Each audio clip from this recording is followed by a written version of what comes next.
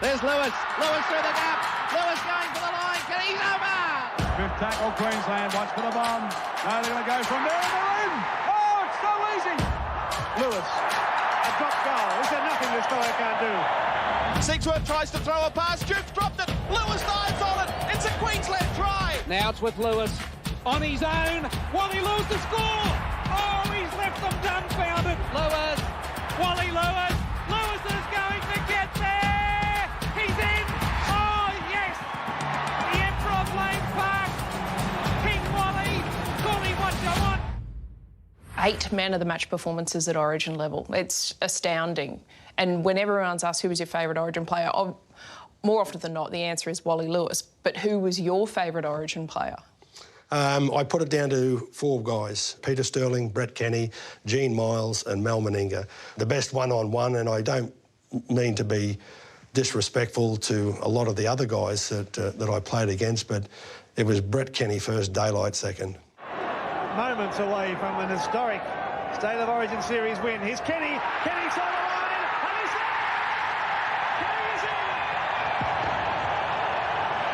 To have the opportunity to play against him made me pay a lot better than I probably would have. The Wally Lewis-Brett Kenny debate rages still in homes and pubs and clubs everywhere. And you're either a Burt man or you're a Wall man. But you two were on the original State of Origin Shield going head-to-head. So you obviously had a great affinity. You had a great competitiveness between you. And especially we saw it play out, you know, at kangaroo level. We got asked about the similarities. And I said something like, oh, Brett's just got blinding acceleration. That's something that I don't have.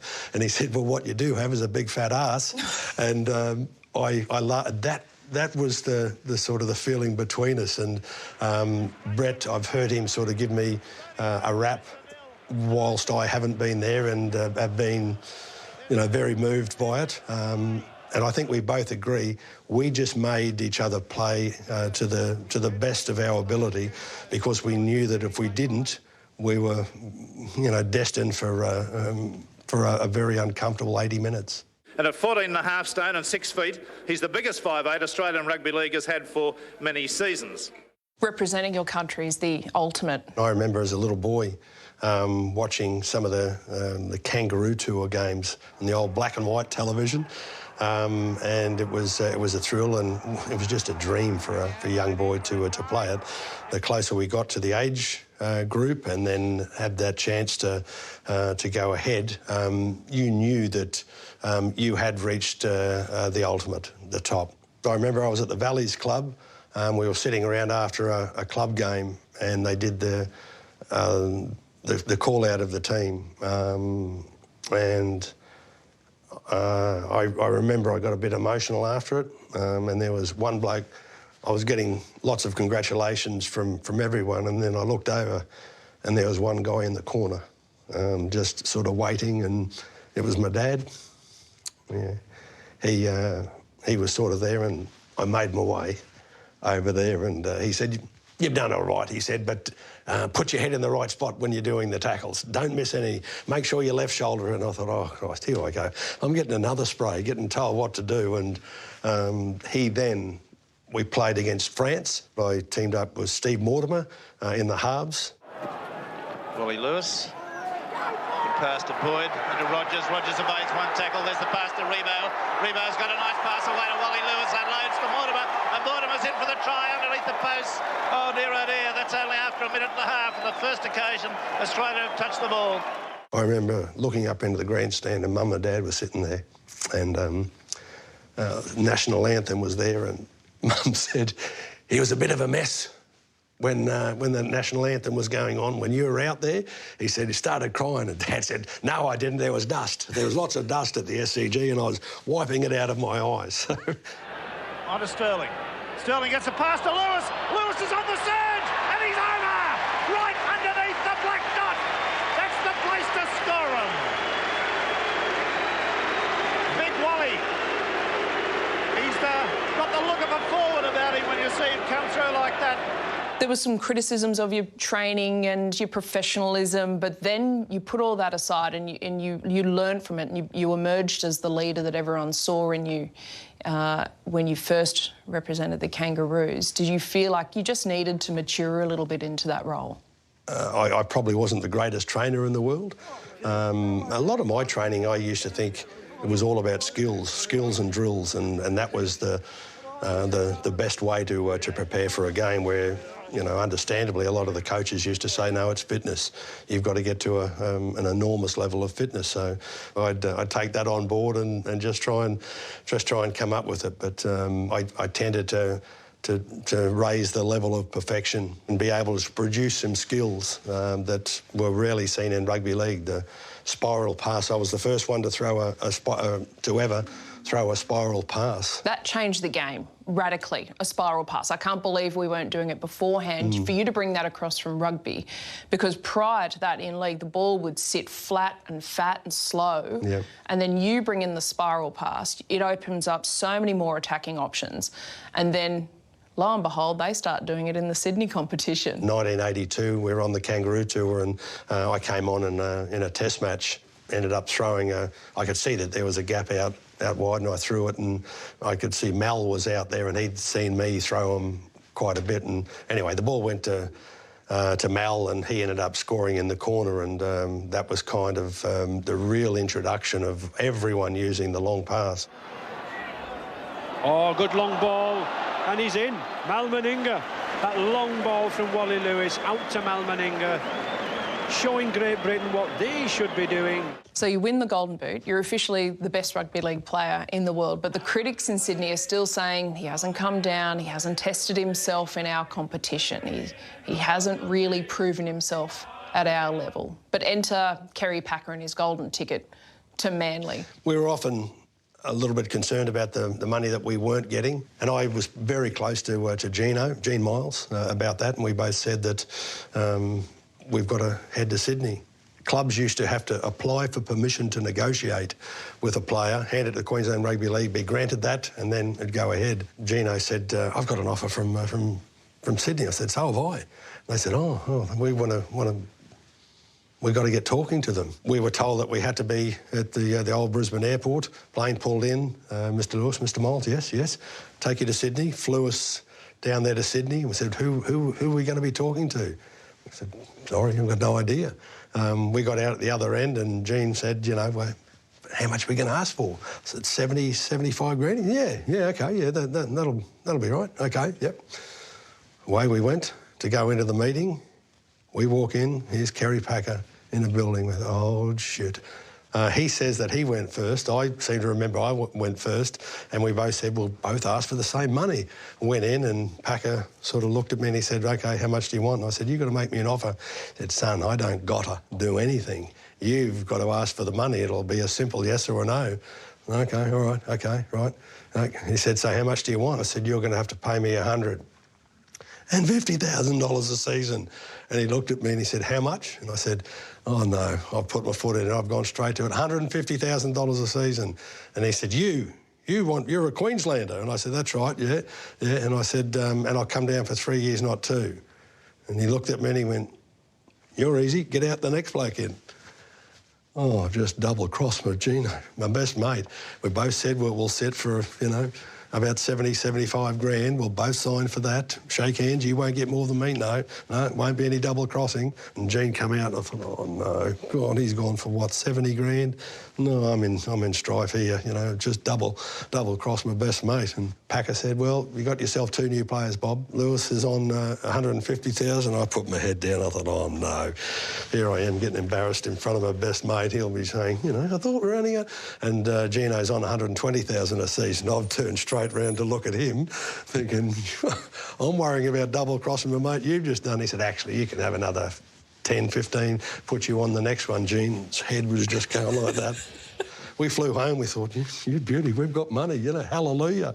But then we had to come back into the Queensland Rugby League, of which we did the next day, and we were a bit disappointed with that. We felt that we got let down a little bit. Did they put the screws on you? Yeah. The contract was basically split in half from Manly the Manly Football Club were paying half, and Kerry Packer to work for PBL Marketing Limited was paying half.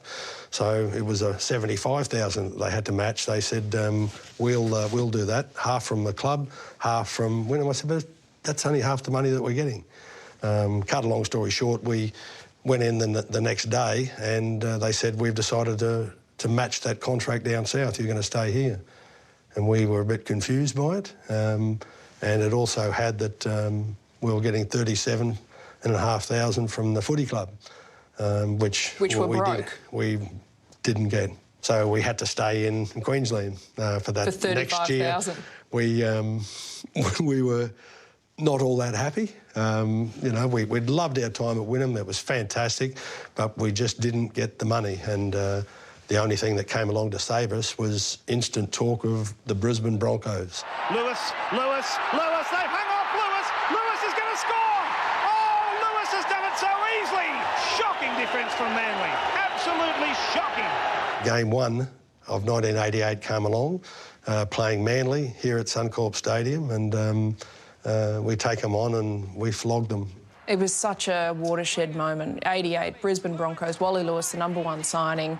What was it like now to be playing for Brisbane in the big league? To play in the best competition in the world, no doubt about that. We had the chance, and the announcement was made that Wayne Bennett was coach, which was quite extraordinary to have his professionalism to learn from that.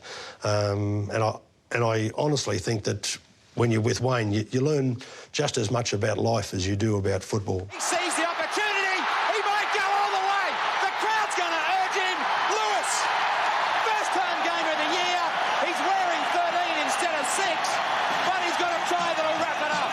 It wasn't all bells and whistles, wasn't all happy, and after the second year, I was replaced as captain. He called me in and said, I'm taking the captaincy off you. It was total silence for about 30, 45 seconds. And he said, you haven't said anything. And I said, well, is it going to make any difference? Pretty soon it became obvious that Gino was offered. And I said, well, you can't do that. Well, how would he give you the job? Did you feel betrayed? I was shitty at Gene, really shitty. I thought I wanted another year playing rep footy with him before I thought of one day not being able to do it. To play inside him and Mal was extraordinary. So the friendship certainly was tested for quite some time. No one could quite understand the audacity to move on Wally. Why would you do that? He's our greatest player. But there must be something more to the story. Did you feel discarded? Did things become difficult and uncomfortable to be around at the club at that point? It wasn't just the captaincy. I'd been moved. Kevy was playing at 5'8". I was playing a bit of lock, which didn't go down too well. And I picked up a hamstring injury, and that quickly at the end of it was going to turn into missing the Kangaroo Tour, which I thought, oh well, I'll get back in time if I'm okay. I got ruled out of that on more than controversial circumstances. It just felt like there was a shift politically against you, against Wally and against having him here. You moved to the Gold Coast. Barter involved, picked up Craig West on the last tackle. Lewis looks to the wide, dropped a little one. He'll score himself, he can pick it up. He'll still score, yes. I think the kick's gone in. Oh, look at this crowd. Captain coach, big task to take on at that stage in your career as well. Big move for your family. Any regrets from around those times? A lot of my mates used to say, my captain coaches went out a long time ago. It's not the way that you want it. And certainly, if I had the decision-making process all over again, I wouldn't have. I enjoyed the challenge that went, and there was a little bit of discomfort between myself and some of the players down there. Do you see yourself, when you think about your career, are you a diehard? Are you a Bronco? Are you a Maroon? Like, how do you think you identify first? Look, representing your country is surely the greatest honour in the world. I know how it felt for me. I watched how my parents reacted. I'd had dreams from being a little boy about one day growing up to achieve the greatest honour in footy. But as for being a Queenslander coming to this place here, and turning them around from blokes that got their ass kicked year after year after year to a group that proudly held their heads high and pretty much turned the game around. It created a form of rugby league that I'm sure that everybody in the country used to love. But to be honest, I was privileged. Thanks to the grace of two wonderful parents, I got the chance to achieve something that I'd only ever dreamed of. You got a chance to coach Queensland. It's a tough caper, this coaching. You went up against Phil Gould with that big, busy brain of his. Still the biggest mistake I made. I think I probably took it on because I thought that I could guide guys and increase their self-belief and remind them of what an honour it is and how you go out there and you perform to the greatest of your abilities simply by the thrill of the honour. That's the case, but I did not have the coaching experience that was necessary for State of Origin football, and probably wish that I had have said no to the Queensland Rugby League when I was offered the position. They basically said, we need a new coach. We can't appoint the one that we've had in place. We'd like you to take it. And I was still full of State of Origin glory. You got so many representative memories, and most of them phenomenal, you know, in the Hall of Fame of rugby league. But 1989, Mount Smart Stadium, you guys just take it to the next risk level. Who came up with the idea of bungee jumping? Peter Jackson. Jacko was in the team and he always used to come up with some unusual ideas, and he said, I've just got dressed. He said, there's guys, they're putting ropes off the very top of the grandstand. He said, looks like they're going to bungee jump. So we went out and the guy said, I've got to tell you, do this for safety, do that.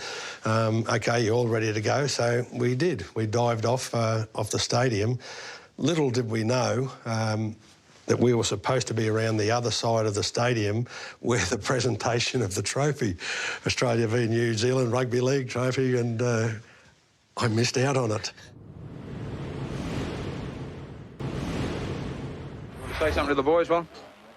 I'd just like to congratulate them on the way they handled themselves through the Test series, but especially today, that England really put it to us and they played some outstanding football, and they had a lot of variation there, which got us in a lot of trouble. But they proved once again that even under the utmost pressure, they managed to handle themselves well and perform creditably as the best rugby league in the world should. You've been in the spotlight for most of your life, whether it be on the field or off the field.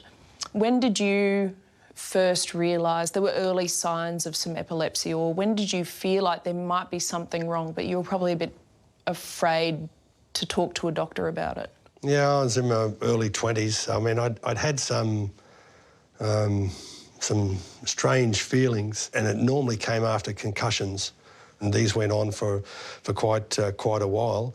When I first came up, though, to talking about it, we'd played New Zealand in a test match here at Lang Park, Suncorp Stadium. I thought I might have cracked my arm, and the doctor started smiling. He said, gee, you've got a few of these things here. Anything else? With a giggle. And I said, well, I'm having these funny feelings. And he looked at me and he said, what do you mean? And I said, well, these strange feelings that go through me where it'll go through, the tingles will go through me, and I can hear somebody else talking and the words seem backwards, sideways, upside down, and if I go to talk and deliver a sentence, I'll see them looking at me thinking, what? And they think, oh, well, that bloke's just taken too many knocks to the head. That's the way that it is. I had some issues with it, and I said, I don't want to reveal it. I want to keep it quiet. I'd go weeks, months without having a seizure, and then have one. But always the fear that it might happen. Yeah. Do you think it changed or impacted your personality around that time? Oh, yeah. I feared being in the company of people where I knew I was going to have one. Fast forward, that went a long time, and I was doing the job, as you know, can be so difficult, reading the auto cue off the news, which I was presenting the news every night, 5 nights a week, and it was a situation where one night I'd had one, and the boss said, "What was that?" And I said, "Oh, look," and I told the biggest bullshit story about what it was, and he said, "Oh, okay." And Lee said, "Well, that's okay. Have a day off and then come back." I came back on the third night and sat in, and I went to say something, couldn't get the words out. I was struggling to piss my pants, and was unable to continue on. I then went and had some further scans done, and was told that if you want to get it under control, you've got to get out of here. You've got to go to Melbourne. I argued about it with myself and said, do I want part of my brain being removed? I was told it was going to be the size of my thumbnail. It was actually 5 centimetres long by 2 wide by 2 deep. That was removed. That was in February 2007. But turned out to be the greatest day of my life. More recently, you've been able to share with everyone about your struggles with probable CTE. I once had the confidence in myself to succeed, lead my team to victory, captain my country, remember the strengths and weaknesses of my opposition teams, organise myself each and every day, and feel well and truly in control of my everyday life. Now, much of that confidence has been taken away from me by the effects of probable CTE dementia. My everyday life is no longer blessed by confidence in my daily activities. Now I struggle to accept that it has been filled with fear and embarrassment about how forgetful I have become. Do you feel like you're now taking the same types of phone calls from ex-athletes and ex-footy players? They're afraid of what the future might be. Yeah, there's been a couple of those, certainly not as many as what I experienced with the epilepsy to start with, but I often find that it's whether the people are courageous enough to say to them, to argue with themselves and say, look, just get over it, ask the questions you want to have answered. We pretend that we're the biggest, toughest, challenging sports people in the game, yet quite often we haven't got the balls to just ask, mate, is this what you're dealing with? I had a very long and opening discussion with James Graham, and he was terrific. And I think at the end of that discussion, I sat down a very calm man, realising that the admission had been there. And I'm not looking for sympathy, I'm just looking for answers. Will this shorten your life expectancy? The fear is that it will shorten it, but wanting to be honest, I'm still learning about it, but it's the embarrassment of the memory cycle that's the biggest challenge. And I don't care whether we're talking about tough footy players or cowardly football players or blokes in the street that regard themselves as good. You find it difficult to be involved with the conversation and ask those questions and owning up. Really, it's as simple as an everyday conversation, but the fear of what the reply might be is the one that controls all. All right, well, I love a rugby league conspiracy theory, and this is one of the best that I've ever heard. So, the Wally Lewis statue outside Lang Park, the one that stands there now today outside Suncorp Stadium, is that the original Wall? Of course it is. Do you think? Tell me your gut feeling. Bonnie, my memory problems have just come back to haunt me. I can't get back. Did something sinister happen to the original bronze statue? I'm not sure. When Suncorp Lang Park was redeveloped, it used to be down this end, up the top, and then a couple of years of redevelopment came along, and it was put up there. And I can remember coming to the unveiling of it, and the story goes that I said, "Where's the original statue?" And the reply was, that's it. And I said, oh, OK. So I went and stood next to it and I said, how come I'm that far taller than it now? Yeah, that's the one, that's the one. And could not get an answer out. So I agreed, and here I am, turning into a liar again. The sleeves are slightly different, and is the bottom larger? There's a big fat ass on that one. Well, the Wally statue gets a heavy workout every single event. Every fan has a selfie with the Wally statue. It's almost a rite of passage. To us, you'll always be the king. You'll always be the greatest we ever saw. How do you want to be remembered? As a guy that loved footy, as a guy that got to experience and enjoy the guidance of two wonderful parents that gave me every opportunity, and the thrill that I've had out of simply turning away from the centre of the field and looking at the facial expression on the fans, and whether they're chanting "Go Queensland" or "Wally's a wanker." I'm very thankful and appreciative that they have helped achieve a tag for rugby league, which is now known as rugby league, the greatest game of all.